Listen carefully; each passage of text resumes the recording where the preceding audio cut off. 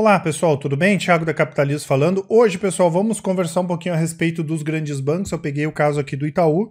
O nosso setor de análise separou algumas informações que eu quero repassar aqui para vocês. Lembrando, né, pessoal, que muitas pessoas compraram ações de bancos aí nos últimos meses, nos últimos anos, em função dos bancos terem virado bons pagadores de dividendos, né?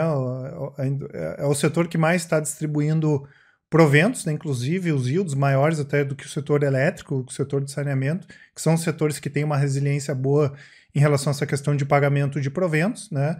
E vale lembrar também que a gente tem muitas empresas aí que estão adiando o pagamento. O adiamento não é cancelamento, né, pessoal? Muita gente acha que não é bacana fazer esse adiamento. O pessoal comenta que a gente tem que ver sempre de caso a caso, né? Tem empresas que é sim saudável fazer, né? Tem empresas que vão aproveitar o momento e vão fazer recompra de ações ao invés de pagar dividendos. Tem empresas que vão aproveitar o momento para comprar outras empresas, mas de uma forma geral adiar o pagamento é bem saudável nesse momento, mas como eu falei, a gente tem que ver de caso a caso, tá? Então o que deve acontecer, pessoal? A gente está no meio de uma crise, as crises afetam empresas e os bancos não vão ficar de fora, né? Então a gente vai ter uma provisão maior para devedores duvidosos, vai ter uma inadimplência maior e tudo isso afeta o resultado dos bancos. Segundo e terceiro trimestre desse ano, a gente vai ter a inadimplência crescendo para a pessoa jurídica, né? Porque tem muita empresa que vai precisar de dinheiro para capital de giro. A gente tem desemprego, né? Menos renda. Terceiro, quarto trimestre vai ter uma inadimplência maior para a pessoa física também. E diferentemente de outros anos, pelo que a gente está vendo aí, alguns bancos vão até emprestar mais dinheiro, então a inadimplência deve subir. E claro, já tinha os desafios naturais aí do setor, né? Maior concorrência, a gente teve aquela fixação do teto de juros para o cheque especial, né, alteração na contribuição social sobre o lucro líquido. Então já tinham alguns desafios que os bancos teriam em 2020 fora essa questão do coronavírus, tá? Isso aqui é o que a gente tem de ruim, né? Isso aqui hoje é a situação do Itaú, né? Para 90 dias a inadimplência para pessoa física está em 4,8%, para micro, pequenas e médias empresas 2,4% e para grandes empresas 0,6%. Tá no nível bacana de inadimplência o Itaú. E aqui foi o que aconteceu lá em 2008, na crise, né? O que a gente vê aqui, pessoal? Pessoa física subiu de 6,6 para 8,1, né? A pessoa, aqui estão só pessoa jurídica, não estava separado, chegou a subir de 1,3 para 4,1 e o total de 3,9 para 5,9. Então, com certeza, a gente vai ver uma alta, né, da inadimplência no Itaú nos próximos trimestres, né? E não só do Itaú, como dos outros bancos também, tá? Então, o ano, pessoal, de 2020 é um ano que está perdido, basicamente perdido. Então, hoje, para quem pensa no longo prazo, a gente tem que pensar na recomposição dos resultados do Itaú para 2021, para 2022, tá? E como eu comentei, a gente não pode esquecer que a gente vai ver os números aqui já consolidados do Itaú e do Unibanco, né, depois da compra do Unibanco pelo Itaú em 2008, tá?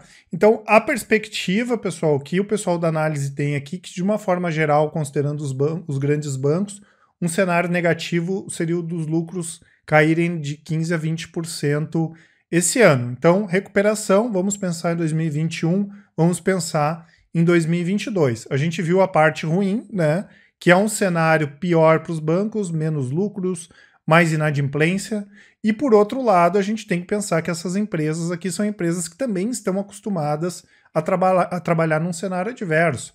O Itaú é um banco que tem mais de 95 anos de história, é um dos bancos mais rentáveis do mundo, né? Ele divulgou ótimos resultados no ano passado e o Itaú conseguiu crescer até em linhas que os outros bancos não conseguiram crescer, como a administração de fundos de investimento, por exemplo. Em termos de eficiência, o ano passado do Itaú foi o melhor nos últimos 4 anos. E o banco é conhecido por ser mais conservador e por ser mais resiliente entre os bancos brasileiros, né? Fora isso, agora isso deve ficar um pouco congelado, mas tem também algumas iniciativas, né, que vão ajudar a recompor a lucratividade que deve cair e também o retorno sobre o patrimônio que deve cair aí nos próximos trimestres. A gente já estava tendo uma redução no número de funcionários, número de agências, né? Isso depois vai ajudar também nessa recomposição do lucro, quem sabe em 2021 e 2022. Então nós temos uma empresa sim que é bastante preparada para tempos adversos, e aqui a gente tem a evolução do lucro do Itaú de 2009 até 2019, a gente deve ter uma queda esse ano. Aqui o ROI, né, pessoal, o ROI estável aí na casa de 20%, nós deveríamos ter lucros menores, o ROI vai acabar caindo também. Como eu falei, a gente tem essas questões de recompondo depois o lucro do Itaú, a gente pode recompor, pode ver uma recomposição do ROI, até porque as estimativas dos bancos antes do coronavírus era pelo menos os próximos 3 anos manter os ROIs, né? Então, no caso do Itaú, deveria o ROI ser mantido pelo menos na casa dos 20%, pensando em 2020, 2021, 2022, tá? Então ele pode recuperar, sim, isso aí nos próximos 2 anos. Aqui a gente tem a política de dividendo do Itaú que mudou, né? A gente percebe que de 2016 para cá o payout foi bastante elevado. Para quem não lembra o que é o payout, é o quanto a empresa lucra em relação ao que ela tem de lucro. Ou seja, mesmo que o Itaú não tenha um crescimento nos próximos 10 anos que ele teve nos últimos 15, nos últimos 20 anos, isso não deve acontecer, né? Dificilmente o banco vai crescer tanto. Esse payout elevado vai manter o pagamento de dividendos elevado. Então, a partir do momento que ele começa a lucrar bem novamente, a gente deve ter dividendos mais gordos. E aqui o dividend yield, né, pessoal? Claro que o mercado já precificou essa piora, o preço das ações caíram, né? E o dividend yield a gente correlaciona o preço de mercado com o que foi pago nos últimos 12 meses. Como ele pagou bem nos últimos 12 meses e o preço das ações caiu, o dividend yield explodiu, né? Tanto que hoje o YouTube 3, o dividend yield é 9,10% e o YouTube 4, 8,7%, né? Então, 9,10% de dividend yield é muita coisa. Tá, Thiago, mas o lucro vai cair, né? Então o dividend yield vai ficar menor, com certeza. Mas vamos fazer o seguinte exercício. Vamos pensar que o Itaú lá em 2021, 2022 não recupere nada e que ele pague 50% a menos de dividendos. Que caia lá 50% o lucro do Itaú e que a gente receba 50% a menos de proventos.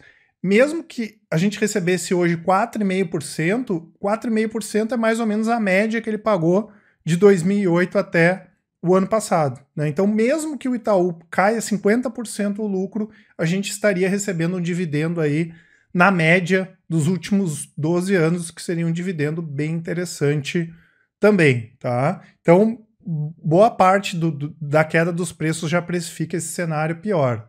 Tanto, pessoal, que se a gente olhar em termos de múltiplo, né? Claro, ninguém vai fazer análise só olhando esses múltiplos, mas só para a gente ver como o mercado já precifica essa piora, tá? E talvez tenha exagerado um pouco. Aqui na linha de cima nós temos o PL do Itaú. Hoje está na casa de 8,5 vezes, alcançando aqui 2015, foi o pior patamar aí dos últimos anos. A economia caiu muito 2014, 2015. E o PVP, pessoal, tem 1,7 vezes.